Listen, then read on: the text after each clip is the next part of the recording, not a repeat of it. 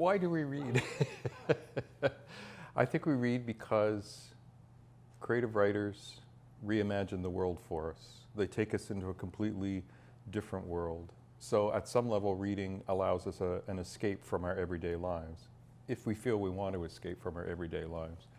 But the other side of that is that they take the world and they refashion it and reimagine it for us, and therefore they show us its potential as well as its dark side.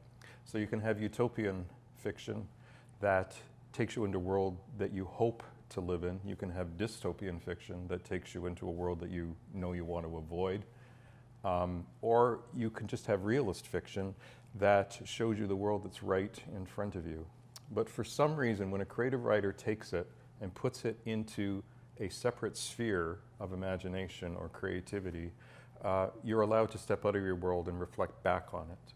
And at that level, you're allowed to rethink the world, think of its possibilities, think of how you might re-enter back into it and react differently once you're back in that world.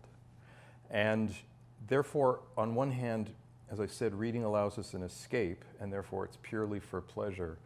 On the other hand, it's also an intensely political activity, and it's a profoundly emotional, psychological, social, philosophical, existential activity that gets you to think about why you're in the world to begin with.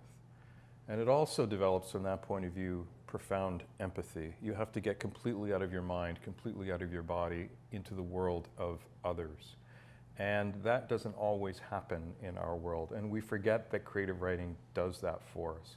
It's not just about escaping into another world. Once again, it's about entering into the world of others and the lives of others so that we can think about what might be happening on their behalf. But it allows us to do it in such a way that we can think in a fictional kind of way about how we're going to react before we actually do. So it's preparatory from that point of view. It allows us to experiment. It's a kind of laboratory for the world out there. So that when we get back to the real world, excuse me, after having read a piece of fiction or a piece of poetry, we're transported back into our real world so that we can transform it, hopefully, in some kind of way.